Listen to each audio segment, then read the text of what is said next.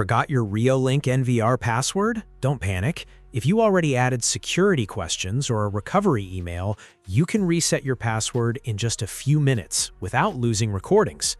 First, connect your Reolink NVR directly to a monitor or TV using an HDMI or VGA cable. Once the system boots up, wait for the Reolink login screen to appear. Now click the Forgot Password option below the login docs. You'll now see recovery options like security questions or recovery email, depending on your NVR model.